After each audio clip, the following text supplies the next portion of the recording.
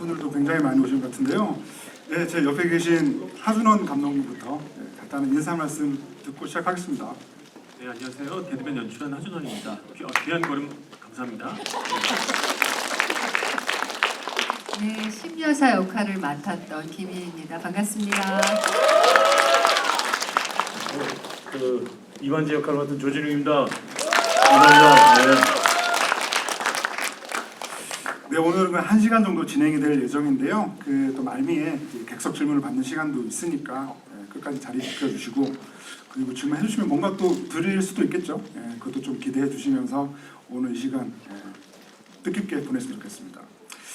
먼저 이제 제가 이 영화를 본 감상을 살짝 말씀드리면, 최근에 이제 나의 올더크라고 하는 켄 로치 감독 영화가 이제 개봉을 했잖아요. 제가 켄 로치 감독 영화 중에서 나 다니엘 블레이크라고 하는 작품을 가장 좋아하는데, 그 작품 제목이 나 다니엘 블레이크, 그러니까 자기 이름을 얘기를 하는 건데, 사실 이 작품도 어떤 이름값이라고 하는 단어가 계속 나오잖아요. 그리고 마지막에 전무성 배우가 여기가 바로 이름들의 무덤이라고 이렇게 보여줄 때 저는 약간 좀 전율이 정도로 굉장히 인상적으로 봤는데요. 그러니까 참 사람들마다 누구나 다 가지고 있는 게 이름인데, 그 이름이라고 하는 게 우리가 살면서 그리고 우리 저마다의 최소한의 존엄을 지킬 수 있는 마지막 보루 같은 게 이름이라는 생각이 들어서 저는 이름값이라고 하는 설정이 굉장히 좋았고, 뭔가 아직 올해는 2월밖에 안 됐기 때문에 작년 올해 합치면은 사실 저는 지난 한 1년의 시간 동안 본 한국 영화 중에서는 베스트 목록에 이 작품을 올리고 싶을 정도로 굉장히 인상적으로 본 작품입니다. 그래서 박수 마음껏 쳐주십시오. 그래서 이제 감독님께 되게 묻고 싶은 게 되게 많았고요. 그리고 역시나 이 작품이 보여주는 어떤 이 현실 묘사와 장르의 어떤 경계에 위해서 두 배우분은 역시 거의 춤을 추신다 생각이 들 정도로 너무나 인상적으로 잘 본 작품이어서 이 말씀을 꼭 여기 두 배우분과 감독님께 드리고 시작을 하고 싶었습니다. 그래서 이제 저는 이 작품이 바지 사장뿐만 아니라 명의를 도용하는 거라든가, 그리고 저축은행 문제 등 이렇게 최근에 우리가 익숙하게 접할 수 있는 문제들이 많이 등장을 하잖아요. 그래서 사실 이 이야기가 감독님의 자전적인 얘기는 아닐 것 같고, 뭔가 좀 어떻게 시작하시게 됐을까, 그게 좀 궁금했습니다. 그러니까 이 작품이 저한테 이제 발화가 된 시기는 한 10년 전 정도였던 것 같아요. 그때 이제 저희 사회는 사회적 재난을 우리가 겪었고, 그 재난의 수습 과정에서 많은 국민들이 생각을 하게 됐던 기억이 있습니다. 그때 그런 생각이 들었었어요. 그러니까 거슬러 올라가서 성수대교 참사나 아니면 삼풍백화점 사고 같은 것을 생각하면서, 과연 우리나라에서는 어떤 사회적 재난이 있었을 때 과연 책임지는 사람들이 있는 것인가? 그 질문은 지금도 계속 유효한 질문일 수도 있지만, 그때 제가 10년 전에 그런 어떤 씨앗이 생겼던 것 같아요. 그래서 그것을 이제 한 켠에 놔두고 계속 몇 년을 지나면서 어느 순간 이 한국 사회가 결국은 책임져야 될 사람들이 위정자가 됐던, 기업인이 됐던, 뭔가 자신들이 책임을 지지 않고 대리인들이 그 자리를 대신하는 거 보면서 마치 바지사장 같은 거죠. 한국 사회는 바지사장 공화국이 아닌가, 이런 질문까지 제가 갖게 되더라고요. 그래서 그때 이거는 한번 해봄직한 얘기인 것 같다. 그래서 제가 그때부터 이제 대본을 작업을 하기 시작했고요. 그러면서 이제 그렇다면은 주인공이 한 소시민, 저축은행 사고처럼 사회적 시스템에 의해서 자기 열심히 살았지만은 불행한 일을 겪은 한 소시민이 자신의 이름을 팔게 되고, 그 이름을 찾는 과정 안에서 어떤 권력이나 아니면은 자본이나 한 개인의 욕망들에 점철된 어떤 사회와 이렇게 맞닿아 있는 얘기로 풀어보면은, 이것은 한국 사회에 대한 그럴 듯한 알레고리가 될 수 있겠다, 그런 생각을 했던 것 같습니다. 네. 같은 질문 두 배우분께도 좀 드려보면요, 사실 이 작품에서 두 배우분은 이전에 봤던 모습과 살짝 닮아 있으면서도 좀 다른 이미지들을 많이 보여주신 것 같아요. 그러니까 작품 속에서 이제 만재가 보여주고 있는 어떤 헤어스타일이라던가 안경뿐만 아니라 그리고 또 이제 이른바 좀 정치 컨설턴트 역할이라고도 할 수가 있겠는데 사실 그 역할은 또 어떻게 보면 우리가 쉽게 접할 수 없는 약간은 좀 초월적인 좀 판타지에 가까운 캐릭터이기도 해서 두 배우분도 이 작품 그 선택하고 결정하실 때 또 어떤 마음이셨을까 좀 궁금하더라고요. 네, 말씀하신 대로 그 심여사는 이 세상에 있지 않을 것 같은 신비하고 굉장히 미스테리하고 파워풀하고 그래서 처음에 이 시나리오를 보면서 이렇게 매력적인 인물이 있을까 싶어서 하여튼 너무 좋았고 이 외적으로도 좀 어떤 게 좋을까 고민했는데 우리 그 미술 분장팀 여러분들이 많은 아이디어를 갖고 계셔서 저는 그냥 얼굴만 이렇게 들이대고 바뀌기를 이제 바랬고 실제로 화면을 보더라도 그 스크린 속에 제 얼굴이 좀 달라 보여서 예, 저는 너무 만족해요. 예. 뭐 저는 뭐 늘상 그렇듯이 그 상황에 저를 던지는 그런 스타일이라서 뭐 그리고 뭐 말씀하신 것처럼 분장 의상 뭐 여러 가지 공간 아주 많이 도움을 받았던 작품인 것 같은데 참 희한했죠. 이런 기구한 삶이 있을까? 네. 있더라고요. 네. 이게 실제로 있었던 일이고 그죠?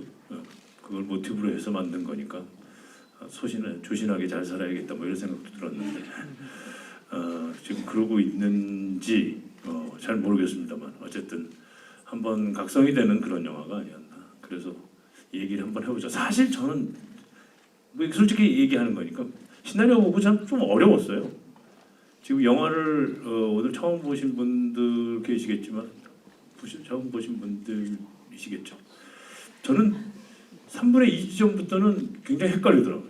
뭐 이거 시나리오 읽을 때는 이렇게 해서 잘 이렇게 했는데 이게 과연 전달이 될까? 전달이 됐습니까? 그죠? 좀 어렵죠. 예, 이게 뭐냐면 모자 바꿔치기 뭐 하여튼 이런 부분들이 어떻게 좀 접근을 해야 될까? 저희로서는 굉장히 많이 좀 저기 했는데 그 부분에 대해서는 좀 이따가 제가 감독님한테 질문을 드리도록 하고 저는 아무튼 시나리오의 치밀한 그런 것 때문에 이 작품 선택했다. 네, 이렇게 마무리할게요. 예. 뭐 찜질방 장면이나 이런 장면들 보면 너무 찰떡 같다고 그래야 되나? 그래서 그런 장면이 우리한테 또 어땠을까 좀 여쭤보고 싶었습니다. 좀 뭐라 그럴까? 저도 제 아이의 이름을 제가 직접 지었는데요. 올해 5살, 오늘 2월 17일 제 딸 생일인데 정말로 아주 아슬아슬하게 얼굴을 보고 왔습니다. 그래서 이름을라는 걸 적을 때 그 애틋함이나 그런 것들이 좀 많이 떠오르기도 했었고 이미 정해놨더라고요. 뭐 이렇게 솔이라는 그리고 이솔 이렇게 정해놨어가지고 했는데 예쁘더라고요 이름이. 그거를 적을 때 탁 드는 느낌. 근데 그 공간은 찜질방. 굉장히 현실적인 그런 아주 오밀조밀한 그런 재미가 있었던 장면이었지 않았나. 그리고 저는 이제 이 작품 자체는 뭔가 그 만재를 따라가는 어떤 그 이야기라고 할 수가 있는데 그 가운데서도 마지막까지 이렇게 긴장감을 유지할 수 있는 측면은 역시 그 김희애 배우 연기하는 이 컨설턴트 캐릭터가 좋은 사람인지 나쁜 사람인지 사실 마지막까지 조금 그 경계를 너무 잘 탔기 때문에 조금 벌어지지 않나라는 생각이 드는데요. 그런 점들도 이 두 분이 좀 어떻게 얘기를 나누시면서 캐릭터를 만들어갔을까 좀 궁금하긴 했었습니다.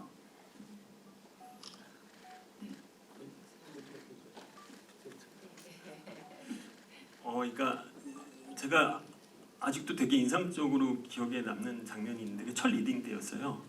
첫 리딩 때 이제 모든 배우들이 이렇게 앉아서 독해를 하잖아요. 근데 선배님이 모든 대사를 다 외워오신 거예요. 그래서 선배님만 이렇게 고개를 들고 이렇게 모두를 보시면서 리딩을 하신 제 기억이 남는데 그때 선배님이 굉장히 드라이하고 굉장히 차분한 톤으로 이렇게 이 대사의 캐릭터를 잡아서 이렇게 리딩을 하시는데 어느 순간부터 모든 배우들이 그 공기 안에 이렇게 정말 이렇게 휩쓸려가는 느낌을 제가 이제 저는 가운데서 보고 있으니까 그러면서 저 자신도 제가 썼지만 이 인물이 정말 선한 사람인가 악한 사람인가가 굉장히 혼동이 될 정도였었어요. 근데 선배님 저는 근데 그 긴장감은 오롯이 배우가 만들어낸 장면이라고 생각하고 그 힘이라고 생각하는데 다만 제가 감독으로서 제가 좀 성취하고 했던 부분은 저는 김희애 배우님을 데리고 어떤 한편의 연극을 보고 싶다는 생각이 들었었어요. 그래서 요즘에 뭐 굉장히 빠른 편집으로 컷 분할로 이제 배우들의 연기를 직조해 나가는 경우가 많지만 점점 그런 긴 호흡의 어떤 영화적 흐름이 되게 사라져가는 시대에 어떤 한 배우의 그런 발자취를 남겨보고 싶다라는 개인적인 욕망이 있었고 그리고 그 안에서 이제 연구를 치면 무대에 있는 배우와 관객 간에 굉장히 팽팽한 긴장감이 있잖아요. 사실 연극 무대를 보면은 그거를 스크린 안에 한번 팽팽하게 한번 담아보고자 하는 어떤 저 자신만의 어떤 좀 그런 작은 욕망이 있었던 것 같습니다. 네, 말씀하셨듯이 책을 읽으면서 이 사람이 악역인지 악역 일리는 없는데 근데 끝까지 악역이라 그다음 마지막에 이제 이 신여사가 갈등하는 모습을 보면서 그렇지 인간이 왜 한 가지만 안 있잖아요. 선악이 있고 또 여러 가지 주위 환경이나 여건 때문에 마음의 갈등을 일으키는데 신여사도 뭐 예, 마찬가지였던 것 같고요. 예, 너무 매력적인 역할이었죠. 사실 또 이제 두 분에게 조금 더 질문 드리면 그런 것도 있는 거예요. 그러니까 사실은 김희애라고 하는 배우는 사실 너무 거대한 배우이기 때문에 데뷔작을 만드는 감독 입장에서는 굉장히 이제 캐스팅 자체가 좀 믿기 힘든 상황이라고도 할 수 있을 것 같고 또 김희애 배우 입장에서는 사실 예전 그 함영중 배우의 또 아드님이시기 때문에 뭔가 사실 저도 감독님을 처음 뵀는데 제가 워낙 좋아했던 한국의 알랭들롱이라고도 불렸던 그 함영중 배우를 제가 또 워낙 좋아해서 이렇게 같이 있는 것도 사실 좀 되게 기분이 좀 묘한 느낌도 있거든요. 그래서 약간 그런 것들도 좀 여쭤보고 싶었어요. 그런 첫인상이나 이런 것들도. 네, 저는 함영중 선생님 아드님이신 줄 모르고 만났어요. 근데 너무 어디서 본 듯한 얼굴이고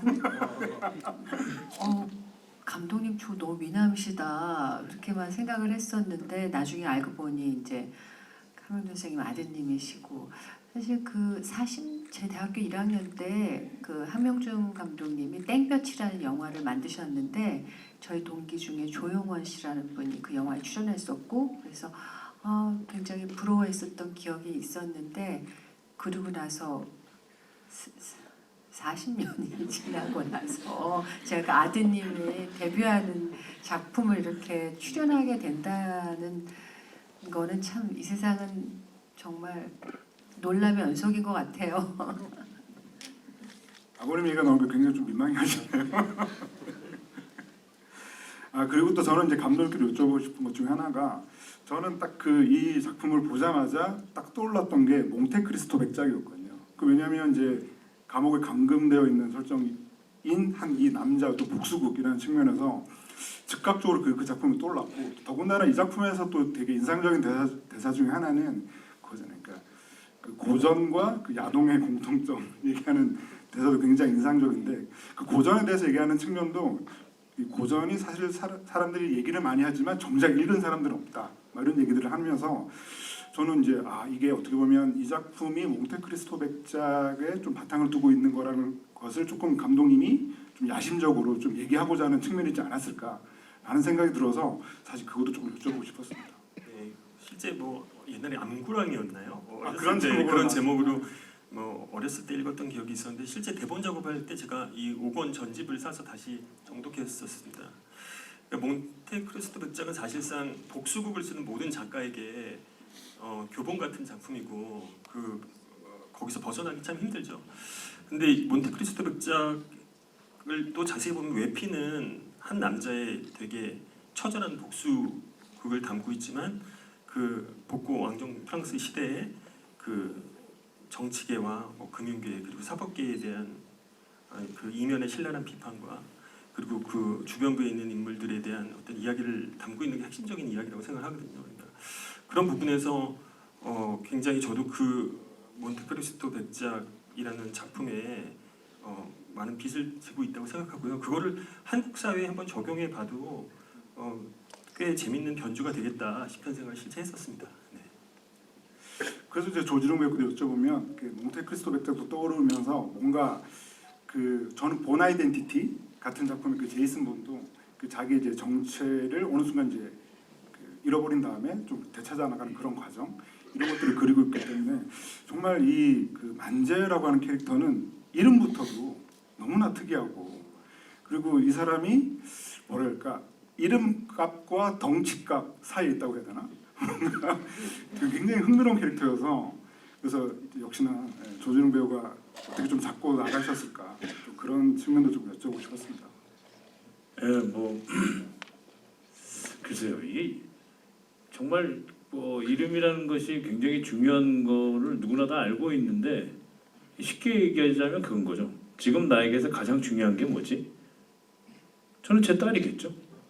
그 다음이 뭐 누구일 수도 있고 뭐일 수도 있고 뭐일 수도 있고 한 10개로 나눠 본다면 이름이 그 안에 있을까요? 그 질문을 제가 저한테 한번 던져보더라고요. 한 28위 정도에는 있지 않을까. 근데 10위로 딱 줄였을 때 그 안에는 분명히 없을 것이다. 생각이 들더라고요. 한번 고민해 보십시오. 10위 안에 핸드폰은 있어요. 되게 웃겨. 저는 그랬어요. 저는. 그래서 이것에 대한 질문을 하면 맨 처음에는 그런 소홀함이 보여지면 어떨까. 거기서 장면이 삭제됐던데 뭐 신장 팔고 뭐 이런 얘기 하잖아요. 제가 아픈 건 너무 힘들고 진짜 너무 아프고 이건 말고는 다른 건 없냐고 했더니 이제 이름 얘기를 하는 건데 그래서 하여튼 그 장면을 찍을 때 그래 그거 가져가요. 그건 안 아프잖아 내가.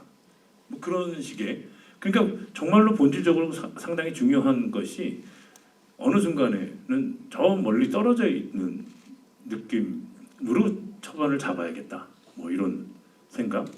그런데 그로 인해서 뭔가 그러니까 사람이 상황을 겪고 뭔가를 겪고 나면 뭔가 발전이 되거나 아니면 거기에서 짓눌려서 뭐 더 이상 헤어나가지 못하는 우리들 뼈 아픈 사건들도 많잖아요. 그리고 개인사들도 있을 거 아니에요. 제일 큰 게 뭐죠? 여자친구하고 헤어졌어. 이거 돌이킬 수 없어요. 왠지 남북은 통일시킬 수 있을 것 같은데 돌아간 여자는 못 잡아요. 뭐 그런 거잖아요. 그 데미지가 오니까 막 그러면 사람이 겪고 나면 뭔가 다른 상황을 만났을 때는 달라지죠. 여자를 좀 이렇게 본다든지 아니면 뭐 경계한다든지 아마 저 만재라는 친구가 그런 상황들을 겪으면서 계속 그렇게 좀 뭔가가 이렇게 발전시키지 않았을까 그 캐릭터가 아마 거기에서 상황에 맡겨보는 건데 사실 영화를 가만히 따지고 보면 심여사 아니면 얘는 끝났어요. 예, 실은 그러니까 아주 영화적 장치를 잘 활용을 한 건데 그래서 거기에 대해서 뭐 초점을 던져주고 그러니까 그런 별로 이렇게 중요하지 않은 것에 대해서 내 스스로가 반응을 하고 그 다음에는 내가 겪은 상황에 대해서 내가 물리적으로 한번 치열하게 던져본다. 네. 그렇게 접근했던 것 같아요. 이제 그 각본을 직접 감독님이 쓰셨으니까 이 만재라고 하는 이름은 처음부터 만재였나요? 아니면은 좀 바뀌었나요? 처음부터 만재였습니다. 그게 결국 돈과 관련된 거라서 주제적으로 이 이름은 만재여야만 한다. 좀 촌스럽다거나 뭐 그런 생각은 안 해보셨어요? 촌스러운 사람이라고 생각을 했어요. 예, 어느 정도 좀 촌스러운 느낌이 있는. 근데 그것에 캐스팅할 때 조진웅이 딱이었다. 야, 이거는 그러니까 재밌네요. 이런 거 있었던 것 같아요. 그러니까 마지막 주민등록증을 볼 때 얼굴보단 이름이 보여야 된다. 그러니까 너무 얼굴이 우리가 소위 말하는 굉장히 너무 꽃미남처럼 잘생긴 알았다고 내가 알았다고. 왜 나를 캐스팅했지 이제서야 오늘이 공식적으로 공식 행사 마지막이거든. 자, 볼 일이 없어. 그런 이름이 보여야 한다. 그래도 그 주민등록증에서 그 출생 연도는 좀 바꾸셨잖아요. 2살을 했더라고요. 2살. 7, 8 계세요? 7, 8년생 계세요? 예, 반갑습니다. 그리고 또 이제 그 김희원께 여쭤보면 사실 영화 속에서 되게 재밌는 대사들 혹은 이렇게 귀에 탁 박히는 그런 대사들은 그 심여사한테서 또 되게 많이 나왔던 것 같아요. 아까 말씀드린 뭐 고전과 야동도 그렇고, 그리고 우리나라에서 가장 그 인기 있는 프로스포츠는 뭐 대선이다라던가 이런 되게 재밌는 대사들이 많고, 그 대사들이 하나하나 뭔가 이 뭐랄까 지금 우리의 어떤 세태라든가 이런 것들 너무나 잘 반영하고 있는 대사들이어서, 혹시 그 대사들 중에서 이거 되게 재밌다라고 생각하셨던 대사가 뭐가 있으셨을까? 네, 말씀하셨듯이 고전과 야동 그것도 너무 재밌었고, 사실 배우들이 자기 역할에서 그 대사가 단 한 줄이라도 확 뭐라 그럴까요? 따먹을 게 있다고 그러나요? 그런 게 있으면 너무 귀하고 그것 때문에 꽂혀서 그 역할을 할 수도 있는 건데, 그런 면에서 심여사는 너무 주옥 같은 대사들을 해서 제가 대리 만족을 했었습니다. 예. 그러면 이제 쓰신 감독님 입장에서 사실 그 작가나 감독님들도 이렇게 대사 딱 하나 이렇게 뭐 쓰고 좀 이거 좀 잘 썼다. 이거 좀 나중에 영화 나오면 좀 먹히겠다라는 그런 대사 있지 않으셨나요, 혹시 감독님? 뭐 근데 기본적으로 저도 이거 사실 취재를 굉장히 많이 해서 여의도에 계신 실제 정치 컨설턴트 분들이나, 근데 이제 이게 사실 좀 이 영화에 대해서 오해를 받는 측면이 좀 있긴 한데, 이게 약간 새길로 가는 얘기일 수도 있지만, 그러니까 실제 이 정치 컨설턴트 분들을 실제 만나 보면은 역사학, 인문학고 정말 화려하세요, 언변이. 그래가지고 그분들의 특성이 특히 정치인들을 다 컨설팅하고 뭐 대선이건 뭐 총선이건 모두 그들 위너로 만들기 위해서는 정말 화려한 언변과 수사와 이런 것들이 굉장히 현란한데요. 그것이 이제 이 캐릭터에 녹아들기 위해서 정말 그 수많은 이제 여러분들의 주옥 같은 이야기들과 뭐 이런 것들을 정말 한 땀 한 땀 가져와서 이렇게 대사를 만들었던 기억이 있는데요. 저 개인적으로는 이제 그 콜로세움에서 이제 하는 얘기들 있잖아요. 그 이제 정치는 약간 관람의 형태, 이제 놀이가 돼버린 것 같은 그런 것에 대해서 로마 시대의 얘기와 현대 정치를 비교해서 하는 얘기 같은 것도 좀 개인적으로 되게 재밌는 대사들이 아니었나 이런 생각이 좀 듭니다. 혹시 그 조준웅 배우 어떠신가요? 그 대사들에서. 저는 인문학 하는 분들 잘 이해가 안 가요. 답이 없어. 1 더하기 1은 2여야 되는데 일단 3이래. 왜요? 그건 3을 만들기 위한 계속적인 인문학적 어떤 역사와 뭔가에 대한 막 그걸 만들어내는데 좀 잘 이해를 못 하겠어요. 맨 처음에 시나리오 받았을 때도 굉장히 좀 뭔가 딱 떨어지는 것 같은데 안 떨어져. 이게 왜 그러지? 이건 내가 연기를 해봐야 되는 건가? 막 이런 식으로 저는 그래서 굉장히 좀 냉정하고 약간 이성적이고 현실적인 뭐 배우기 때문에 뭐 감성적인 부분도 있겠지만 사실 그런데 그런 이야기를 들으면 머리가 나빠서 그런가? 뭐라고? 그게 뭐 이런 식의 반응이 생겨요. 그래서 막 어려운 얘기는 전 잘 몰라요. 근데 우리 심여사 캐릭터의 대사는 정확하게 딱 꽂히더라고요. 그래서 그것이 그 워딩 한마디로 그 세태를 딱 분석하게끔 만드니까 오히려 나는 거기에서 감독님이 집필을 하실 때 오히려 더 굉장히 많은 그런 이성적 단계를 거치지 않으셨나라는 생각이 많이 들어요. 이제 그런 생각이 들더라고요. 그러니까 저희가 특히 미국 정치 드라마 같은 것들 보면은 이런 대사들이 사실 뭐 거의 속사포처럼 쏟아지잖아요. 뭐 아론소키 쓴 특히 뭐 수많은 그 명대사들이나 이런 걸 감히 비교할 수 없지만, 근데 그런 거 우리가 대부분 자막으로 보잖아요. 근데 그런 생각이 들더라고요. 이게 처음 보시는 분들은 이게 놓칠 수가 있잖아요. 이게 약간 이야기가, 그러니까 예를 들어 뭐 한 번 더 본다던가 아니면 이게 자막이 달렸으면 훨씬 더 이야기가 쉬울 텐데, 이게 이제 처음 이렇게 말로만 확 흘러가면은 이게 좀 놓치실 수 있는 부분들이 좀 많을 수도 있겠다라는 생각이 좀 뭐 개인적으로 들긴 하더라고요. 네, 사실 아까 이제 서두에 이제 조준웅 배우님께서 나중에 이제 뭐 질문하고 싶다라고 하셨는데, 사실 오늘 데드맨이 데드맨에게 묻다라고 하는 코너 속 코너가 있습니다. 바로 조준웅 배우께서 직접 준비하신 시간입니다. 박수를 쳐야 될까요?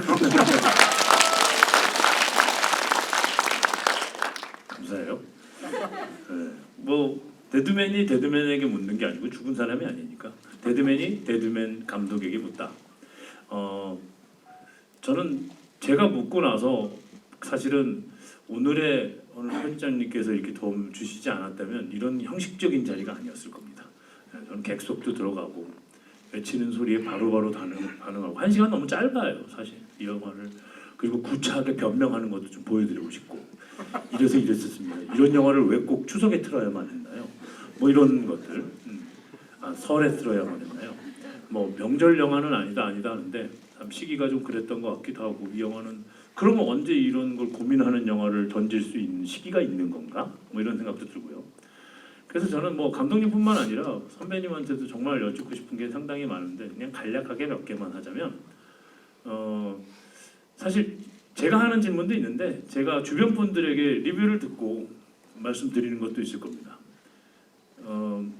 이제 그 친구가 죽었잖아요. 꼴통이라는 캐릭터가 죽었어요. 그리고 뭐 난제로 인해서 캐릭터가 죽어가는 사람들이 있었죠. 그래서 그런 거에 대한 죄책감이 너무 쉬 지나간 건 아닌가. 그러면서 본인이 딸을 보고 싶어하는 그런 마음만 좀 이렇게 나와서 자기를 위해서 이렇게 한 사람들에게도 이런 것들이 좀 더 만재가 담겨 있었으면 어땠을까? 좀 더 인간적으로 보이지 않았을까라는 질문을 받았는데 거기에 대해서 그분이 그런 질문을 하더라고요. 찍었는데 삭제가 되는 거냐? 아니면 아예 시도조차가 없었느냐? 찍었는데 삭제가 된 부분이 있죠. 장례식장 장면이 있죠. 네. 근데 그거는 이제 지하철 장면도 고고의 연장선. 지하철 장면도 있고요. 그러니까 그게 이제 결국은 선택의 문제인데 이제 같은 시간 내에 이 이야기를 어떻게 풀어내는가라는 것이 뭐 이게 요즘 유행하는 시리즈나 이제 드라마 호흡으로 간다면 뭐 여러 가지로 충분한 설명을 담을 수 있었다는 생각이 들었었는데 결과론적으로 치면 선택의 문제였는데 만재가 어찌됐든 꼴통 앞에서 흐느끼고 우는 장면이 있었고 그 이후에 그 장면들을 추가했을 때 또 전체적인 리듬상에 좀 뭔가 좀 떨어지는 템포나 뭐 이런 부분들에 여러 가지 고민들이 있어서 그게 이제 마지막에 최후 마지막에서 삭제가 된 장면이긴 한데요. 사실 장례식장 가서 사실 그 만재가 꼴통에 대한 감정이 더 드러나는 부분이 있는데 그게 이제 전체적인 이야기의 흐름에 있어서 꼴통으로 너무 이기가 가버리면은 또 이제 흐름이 너무 뺏겨버리는 느낌도 있었고 근데 저도 개인적으로 그건 굉장히 어려운 선택이었긴 했었어요. 네. 만재 감정으로 치자면 편집됐군요. 밤샘 찍었는데 이런 경우가 허다합니다. 뭐 그런 거죠. 인생이라는 게 어디 뭐 참 질문하실 것들도 많을 것 같은데 나중에 편집장님이 그걸 의도해 내실 건데 저는 이게 이야기로 해봄직하다라고 선택을 하셨는데 재밌었어요? 이게? 재밌을 것 같았어요? 솔직히 이 바지 사장 이 얘기가 그것이 알고 싶다 뭐 이런 데도 나왔잖아요. 몇 번 뭐. 나온 적이 없고요. 없어요? 네, 나온 적은 없죠. 그것이 알고 싶다 나온 적은 없는 얘기고. 저는 아니 왜 그런 뉴스 있었잖아요. 필리핀에서 40대 모 사업가인데 네네. 그러니까 그런 의문에 뉴스, 네네네. 그런 실제 여기서 이렇게 벌어지는 실제 사건들을 제가 그러니까, 가지고 네. 온 거고 취재를 해서 굉장히 어려운 취재 과정을 통해서 갖고 온 것이고 저는 서두에도 말씀드렸지만 어찌됐든 이 이야기를 해볼 수 있는 가치는 충분했기 때문에 했고 당연히 재미라는 측면 이게 아니었으면 제가 만약에 그냥 이런 얘기 다큐멘터리를 찍었다든가 아니면은 굉장히 더 마이너한 느낌의 독립 영화 쪽으로 가서 이 영화를 만들었을 것 같은데 저는 이제 대중 영화를 만드는 사람이라고 생각했고 좀 낯선 소재지만 흥미로운 소재라고 생각했고 주제적으로 가치가 있다고 생각했고 이거를 어떻게 하면은 대중 영화로 풀어볼 수 있을까 좀 어렵겠지만 만약에 이 영화를 누군가가 연기해주고 누군가 투자해주는 사람들이 있다면 이 영화는 세상 밖으로 나올 것이고 큰일 날 뻔했죠. 그죠? 예, 그렇지 않다면 나오지 않을 하마터면. 것이다. 예, 그 제목이 왜 데드맨이에요? 데드맨. 네. 데드맨에 대한 얘기잖아요. 데드맨 거기에 주기적인 이런 거 의미가 있는 거죠. 무슨 배트맨 뭐 스파이더맨 이런 것처럼 데드맨이라고 왔길래 히어로물이 드디어 나한테 온 거야? 히어로물인데 왜 관이 나와? 이게 뭐야? 뭐 이렇게 된 건데 하여튼 그래서 물어봤고요. 뭐 이런 자질구레한 질문들도 좋으니까 여러분 질문을 많이 좀 해주십시오. 시간이 허락하는 한 뭐 그렇게 해주시면 좋겠고 저도 생각나면 계속 질문을 던질 거고 사실 뭐 코너 속의 코너라고 생각을 했는데 저는 GV는 이래야 된다고 생각해요. 여러분들의 재밌습니다 저는. 예. 예? 아 재밌다고.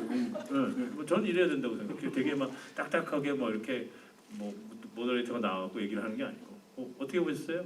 재미없었죠? 다시 보지 마세요. 뭐 이럴 수도 있는 거고. 저 누구를 지목했습니까? 저의 시선은 여기 강한 빛이 있어서 잘 보이진 않아요.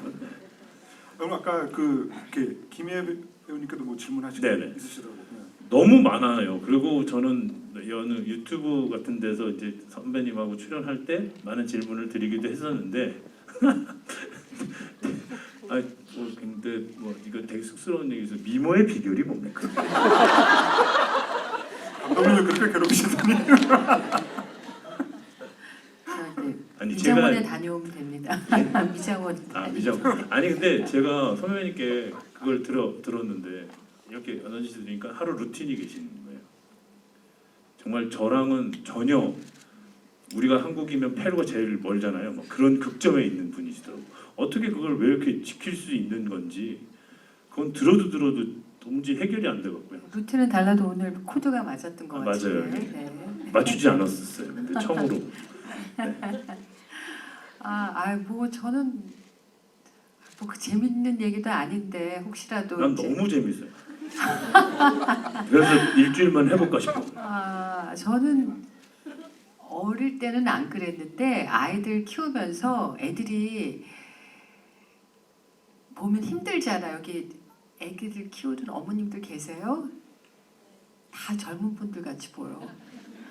애기 키우면 너무 힘들잖아요. 그래서 한 7시, 8시면 막 피곤해요. 그럼 어떨 때 애들이 이제 8시면 자니까 막 같이 잠들어요. 그리고 얘네 재우고 나도 영화 보고 뭐 해야지 하는데 피곤하니까 같이 쓸어 자면은 또 일찍 깨지잖아요. 그래서 이제 저가 이제 아침형으로 바뀌었어요.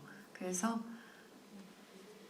뭐 더 그건 궁금하실까요? 더 젊었을 시절에 그 더 어린 시절 나이가 젊었을 때 데뷔를 하셨잖아요. 그때부터는 뭐 루틴이나 엉망진창이었죠. 그건 그랬죠? 엉망진창이고 뭐. 인간적이야. 난 네, 이런 네, 부끄러운 일도 많이 하고 그랬는데 뭐 그때도 뭐 여러 가지 배우는 버릴 게 없잖아요. 어떤 경험도 그런 게 쌓여서 오늘의 제가 됐습니다. 네. 그러니까 저는 그런 것들 박수 한번 감사합니다. 이게 사실은 영화를 보시면 아셨겠거니와 지금까지 김희애 선배님이 작업을 하신 모든 작품들을 보면은 그 탄탄함이란 게 있잖아요. 사실은 배우가 무너지는 게 한순간이거든요. 그 루틴이 무너지면 한순간에 무너질 수가 있는 거거든요. 갑자기 막 살이 쪘다가 갑자기 막 작품 때문에 뺐다가 이게 굉장히 쉬운 일이 아닌데 그러면서 그 내공이 쌓이시지 않았을까 해서 내가 계속 여쭤보는 거예요. 저는 아예 그런 루틴을 갖지를 않거든요. 왜냐하면 일단 작품을 나름대로 재단한 기간이 있을 것이고 그 안에서의 내가 해야 될 목표점이 있으면 그걸 가는 건데 그 생활을 유지한다는 건 그만큼의 본인이 가지고 있는 이 직업군에 대해서 확신이 있고 거기에 대한 힘이 더 보탬이 되지 않나라고 생각이 드니까 상당히 부러운 지점입니다. 앞으로 기가 많이 받도록 아니요, 근데 저는 뭐 여기 이제 약간 수다 타임 같은데요. 솔직히 말씀드리면 좋은 배우가 되고 싶어서 그런 건 아니에요. 저는 제가 행복하려고 하는 거예요. 그래서 제가 행복해야 좋은 연기도 할 수 있고 이게 이어지는 거 선순환이 돼서 하는 거지. 일단 1순위는 제 행복 때문에 시작된 건데 그렇게 좋게 봐주셔서 이렇게 약간 제가 지금 몸둘 바를 모르겠네요. 존경스럽습니다. 박수도 받으셨네요, 선배님. 그래서 이렇게 제가 또 여쭤보고 싶은 게 갑자기 생겼는데 답변을 해주시다가 가족 얘기를 하셨잖아요. 그러니까 제가 김희애 배우 작품 중에서 이렇게 좋아하는 것 중에 하나가 또 윤희에게이기도 하고 여기도 팬들 많으실 것 같은데 뭐 윤희에게뿐만 아니라 많은 작품에서 이렇게 약간 그래도 가족이 있는 캐릭터였는데 사실 이 작품은 가족의 존재가 좀 지워져 있는 캐릭터여서 약간 그런 것들도 혹시 연기하시는데 좀 어떤 식으로 좀 반영이 되고 그러셨을까? 혹은 그래서 이 캐릭터가 좋았다거나 혹시 그런 것도 있으신가?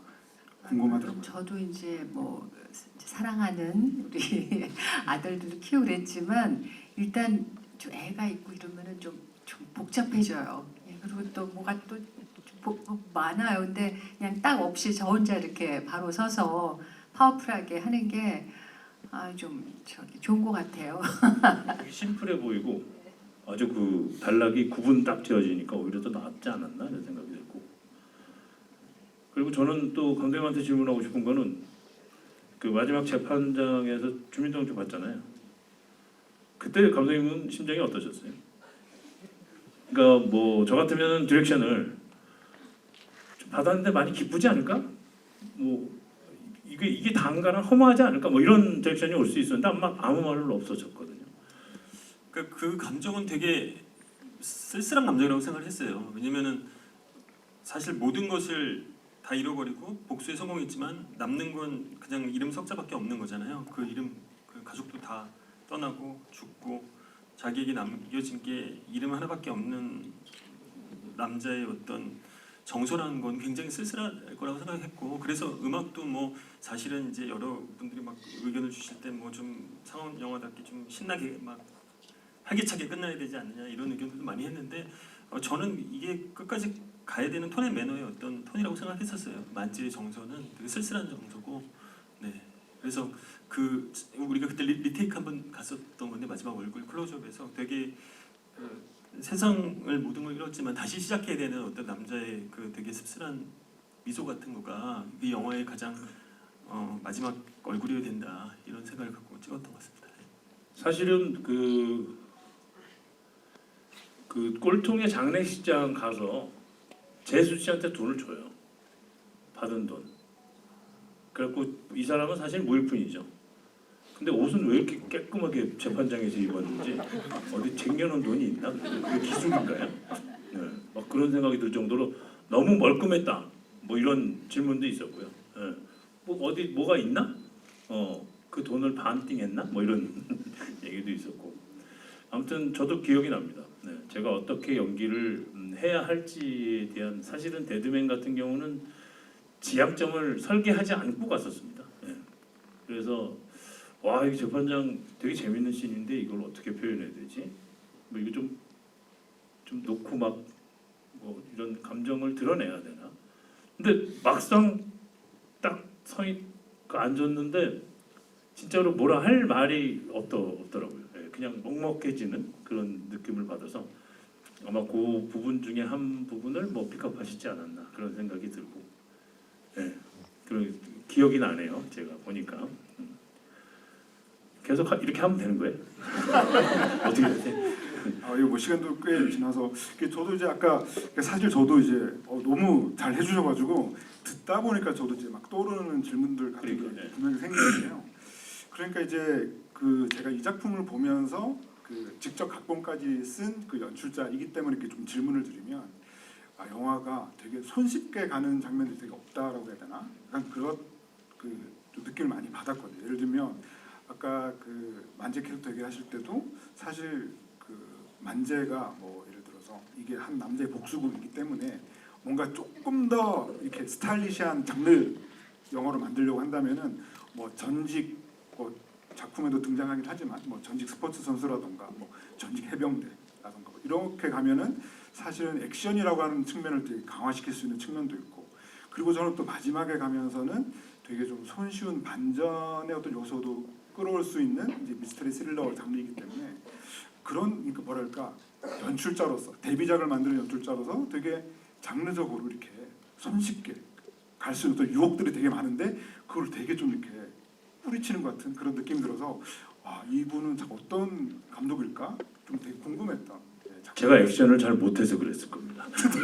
저는 액션이 많으면 독점에 배우신다. 그 굉장히 많은 유혹이 있었죠. 그러니까 사실 대본 단계부터 일단 복수극 뭐 이렇게 하면은 인물을 뭐 몸의 플롯이라고 하죠. 작가들이 이제 몸을 다루는 사람들이 형사나 뭐 깡패가 됐던 뭐가 됐던 어찌 됐든 운동 선수가 됐던 아니면 뭐 감옥에서 막 운동을 열심히 해서 부활하는 어떤 캐릭터를 우리가 많이 봐오는.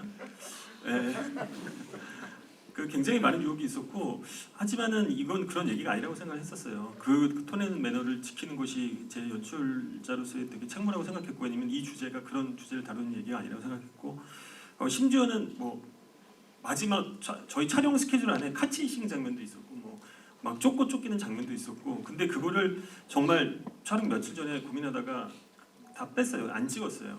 그러니까 계속 만약에 제가 그런 거를 선택했다면 눈은 즐거울 수 있겠죠. 순간적으로 관객들한테 뭔가를 현혹시키는 속일 수 있는 어떤 그런 거는 얼마든지 할 수 있을 것 같고 쉬우고 그리고 만지의 직업 자체도 뭔가 이 사람은 어떤 운동을 하는 사람 뭐 하나만 해도 그냥 근데 이제 우리 그런 영화를 사실 또 많잖아요. 그런 영화 또 많고 저는 뭐 어려운 길이라는 건 알고 있었지만 이거는 소시민에 대한 얘기고 뭐 우리가 굳이 어떤 레퍼런스를 찾자면은 뭐 우리 해리슨 포드가 나온 옛날에 이제 추격자라든지 아니면 뭐 도망자라든지 그 로만 폴란스키 감독님의 무슨 3일의 콘도 코드네임 콘도 같이 그러니까 좀 몸을 쓰지 못하지만 자기 자신의 어떤 능력과 뭐 이런 걸로 얘기를 풀어가는 이야기들은 대부분 대단한 카타르시스를 주지 못하지만 그게 뭐 지금 현재 이 영화를 보신 관객들이 느끼는 어떤 되게 도파민 펄펄 넘치는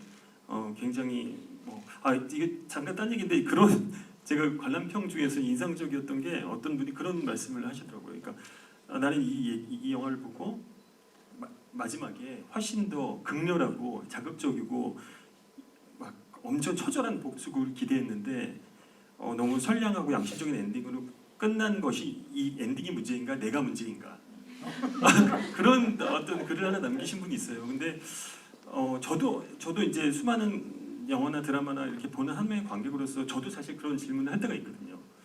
그러면은 우리는 모두 다 좀 그런 어떤 굉장히 도파민 넘치고 막 자극적이고 이런 이야기들을 보아야 하기도 하지만 어떤 작품은 또 이런 좀 지루할 수 있지만 진득하고 뭔가 어떤 주제를 탐색해가는 작품도 뭐 어떤 관객들에게는 또 필요하지 않을까 뭐 이런 생각에 그런 어떤 선택을 했던 것 같습니다.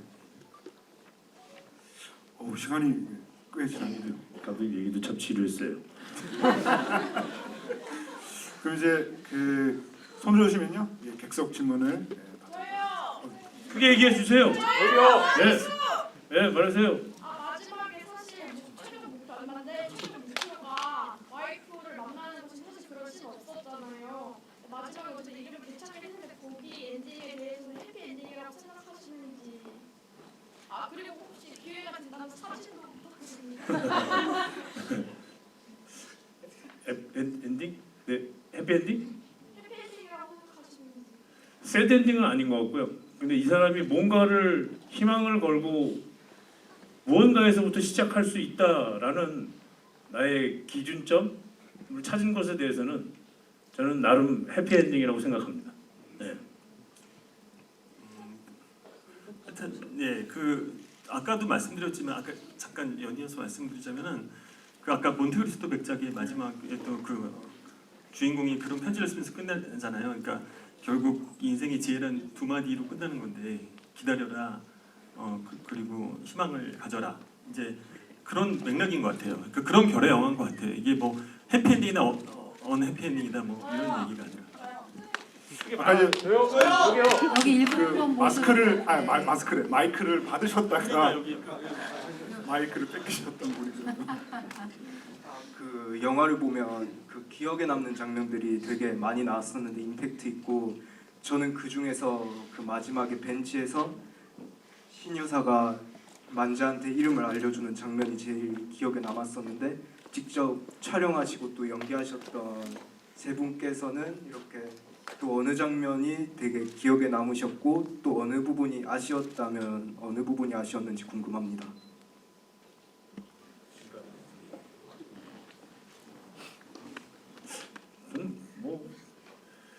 참 항상 느끼는 거지만 작업 마침을 지나간 기차 같아요. 떠나보낸 기차 같아요. 내가 낚지 못한 기차 같아요.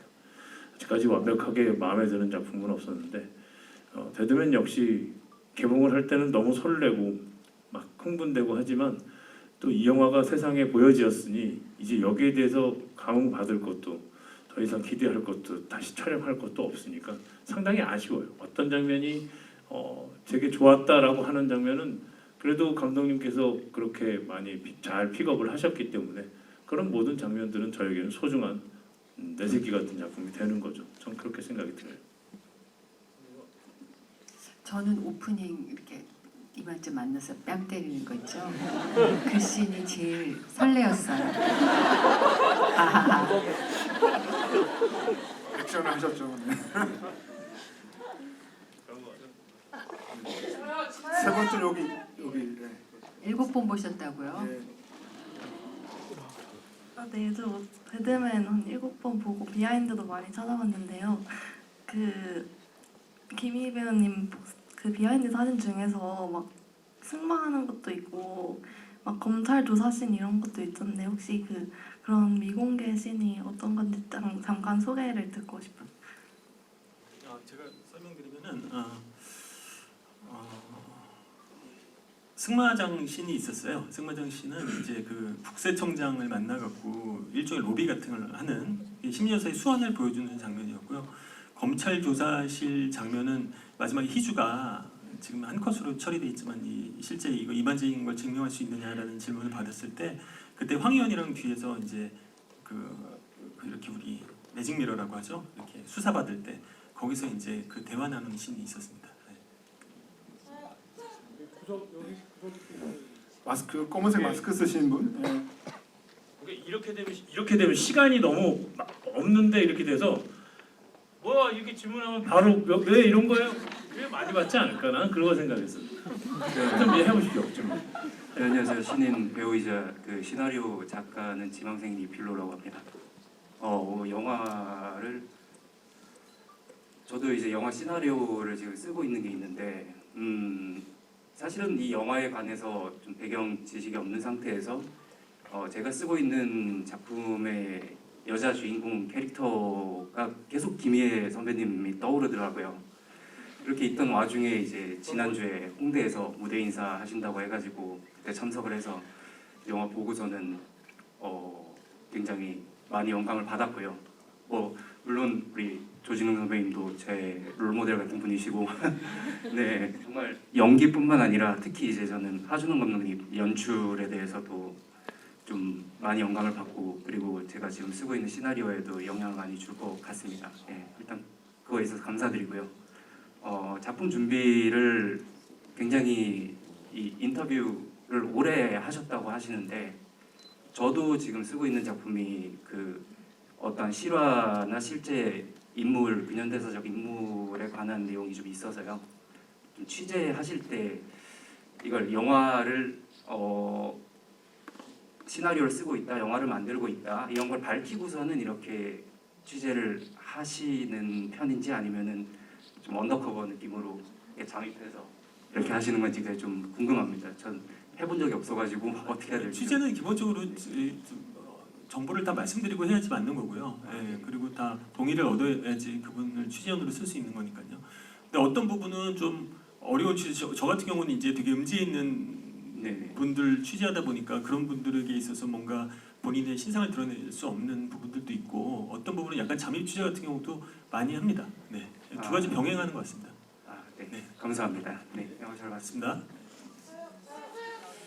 예, 저기 아까 20번이라고 하셨고 이게 좀 확인을 할 수가 없으니까 참 그런 문제가 있긴 하지만 7번에서 20번 보시는 분들도 아까 지하철 씬이 삭제됐다고 말하셨잖아요. 혹시 그거에 대해서 알려주실 수 있나요?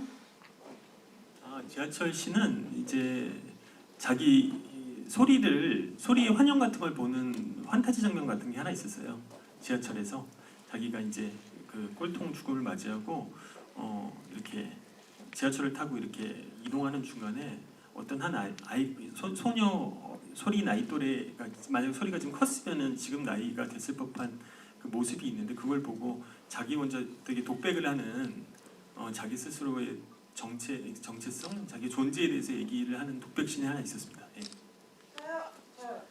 예, 금방 그 체크무늬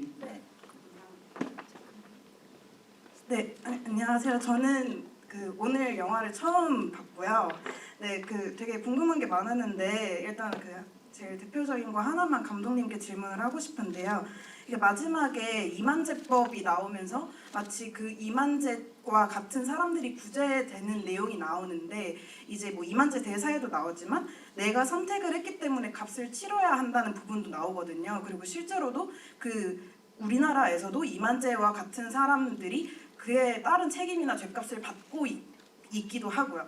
그래서 저는 이제 감독님께서 이 영화에서 이만재와 같은 사람을 그냥 구제해야 하는 피해자로 보신 건지 아니면 그 그래도 선택의 책임을 져야 하는 일종의 가해자로 보신 건지가 저는 궁금합니다. 물론 당연히 책임을 지는 인물로 본 거고요.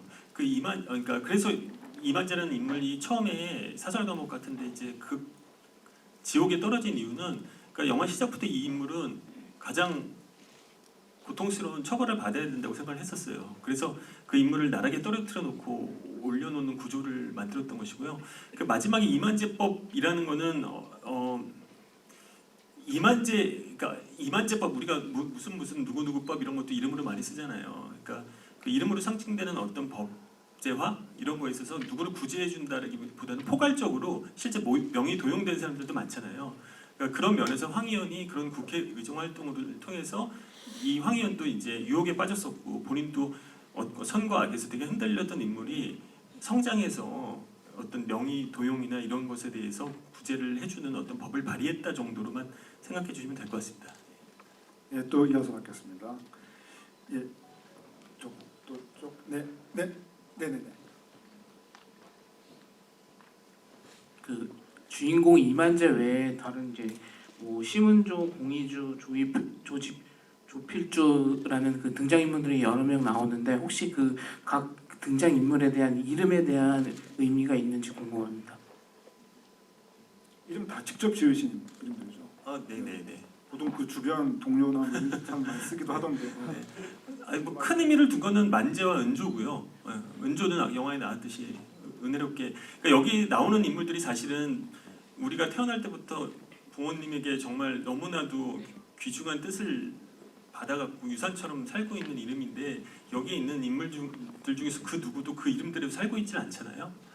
그게 전복되는 이야기이기도 하고 그들이 성장하는 이야기이기도 한데 결국 그 이름을 지을 때는 그 본연의 고귀한 뜻, 고귀하게 지어주시는 어떤 이름들과 그것을 못 지키는 사람들 그리고 결국 그 이름의 의미를 깨닫는 사람들 뭐 이런 식으로 구조를 짜갖고 여러분들도 이제 극장을 나왔을 때 내 이름 한번 이렇게 다시 그렇게봤으면 좋겠다. 그거 하나면 제가 그냥 이 영화를 만든 이유가 된다. 그런 생각을 했었습니다. 네, 또 바로 질문 받겠습니다. 저요. 저기 뒤에 계신 분. 한가운데에서 손 들어주신 분이요. 금방 뒤로 돌아보시지 마시고. 예. 안녕하세요. 우선 영화 잘 봤고요. 감독님께 궁금한 게 하나 있었는데 짧게 질문 드릴게요. 15세 관람가라서 전 폭력적인 장면이 조금 배제가 됐을까 싶었는데 중간에 전기톱이 나오는 장면이 있었어요. 그래서 그 부분을 최대한 좀 자극적인 거를 좀 배제를 하면서 놀러가면서 찍으셨다고 생각을 했는데 그 부분을 찍으면서 좀 특별히 주의를 하거나 아니면 좀 더 재밌는 좀 그런 장면을 넣고 싶다는 욕심을 하신 적이 있는지 궁금했습니다. 사실 그 장면이 좀 더 셌어요. 근데 이제 이 영화가 그런 영화가 아니라는 생각이 많이 들었고 그 후반 작업에서도 이제 저희가 그런 의견이 많이 들어서 이제 사실 지금도 어떤 분들은 되게 불편하실 수 있지만 제가 그거를 어떤 뭐 이런 거를 뭐 자극적으로 하기보다는 사실 이렇게 잔인한 사람들이라는 그러니까 그 안타고니스트들의 그 세계가 되게 잔혹하고 사람 목숨은 이 정도로 취급하는 인물들이라는 걸 보여줘야지 상대적으로 주인공과 그 악당들의 그 어떤 갭이 더 명확히 보여줄 수 있을 것 같아서 했는데 하여튼 뭐 할 수 있는 한 최대한 걷어내서 연출한 결과물입니다. 네, 그럼 이번에 배우분 질문을 받겠습니다. 저기 네 번째 줄인가요? 오른쪽. 네. 손 한 번 더 들어주세요. 네. 감사합니다. 김희애 배우님께 질문이 있는데요. 여러 매체들에서 불러주셔서 써주시면 정말 감사하게 응한다라는 인터뷰 내용들이 굉장히 인상 깊었었거든요. 근데 특히 이번에 데드맨에서도 아까 그 편집장님께서 이야기하셨지만 가족이라는 것이 약간 배제된 것처럼 나와 있는 한 여성으로서의 등장인물이 굉장히 인상 깊었어요. 혹시 이 책 받으시고 나서 읽으시면서 첫 등장씬 말고 이런 면에서 내가 심려사에게 쫙 빨려 들어갔구나 하는 씬이 있으신지 궁금합니다. 대부분 다 임팩트가 있어갖고 어떻게 딱 찍기가 그렇대요. 그 중간에 그 원테이크로도 오래 그 이제 뭐 야동과 고정 차이 얘기할 때도 그랬고요. 너무 중요한 신들이 많아서 네, 열심히 했습니다. 네, 그럼 이번에는 조진웅 배우분 질문 받겠습니다. 네, 여기 노란 그거 쓰신 분. 저 반짝에 들어갔을 때 에피소드. 어땠을 것 같아? 힘으로 해도 안 빠져나오는데 사실 뭐 연기를 한 거고요. 그 상황을 굉장히 리얼하게 미술 묘사를 해줘서 되게 리얼하게 나왔던 것 같고 사실 사이트 찍을 때는 옆을 떼내잖아요. 여기 다 있는데 뭐 그래갖고 하는데 그걸 공포심을 어떻게 가져갈까? 그러니까 이것도 마찬가지로 어떤 뭐 심리적인 재단을 할 이유가 없는 거죠. 던져져 보면 되는 거니까. 예, 그렇게 해서 했는데 아이고 언젠간 들어가겠지만은 지금은 아니다. 뭐 이런 생각이 들더라고요. 예, 정말 너무너무 감사드립니다. 뭐 한 2시간 영화를 보시고 또 1시간 이 GV까지 또 이렇게 같이 해주셔서 오늘 근데 여러 가지 질문을 받고 싶었는데 뭐 시간이 이렇게 됐네요. 그 데드맨이라는 영화는 저에게는 굉장히 각인되는 소장각 영화입니다. 예, 그리고 쉽지 않은 메시지, 쉽지 않은 내용을 가지고 이렇게 한번 자근자근 풀어본 것 같은데 아마 제 영화 서랍장 속에 꼭 베스트 5 안에 들어가 있는 작품일 거고요. 지금 아까 뭐 관객분께서 시기를 말씀하셨는데 예 맞습니다. 그런 것도 영향이 아마 있었을 거고 영화의 매물세도 아마 그랬을 건데 언젠가 시간이 나시면 다시 한번 이 영화를 차분히 꺼내셔서 한번 이런 철학적 메시지가 자기에게 어떤 영향을 미칠 수 있는 것인가에 대해서 다시 한번 생각해 볼 수 있는 좋은 계기의 기록이 될 수 있는 영화고 남았으면 좋겠습니다. 오늘 GV 관객 여러분 귀한 걸음 진심으로 감사드립니다. 감사합니다. 저는 이 책을 받았을 때 너무 재밌게 읽었고 막 카타르시스가 느낄 정도로 이 역할에 푹 빠졌는데 여기 와주신 관객 여러분들 뭐 7번, 20번 이렇게 또 많이 봐주셔서 너무 감동받았고 큰 위로를 받고 제가 돌아갑니다. 아무튼 저희 데드맨 사랑해주셔서 너무 감사드리고요.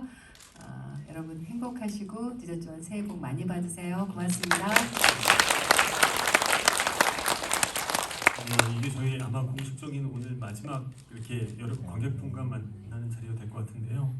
이 자리 함께해 주셔서 너무 감사드리고 이게 어려운 영화가 맞죠. 어려운 영화가 맞지만 우리 이 정말 데뷔 감독이 정말 만나기 힘든 이렇게 대단한 배우분들께서 이 작품의 어떤 의의와 어떤 재미를 발견해 주시고 참여해 주셔서 너무 감사드리고요.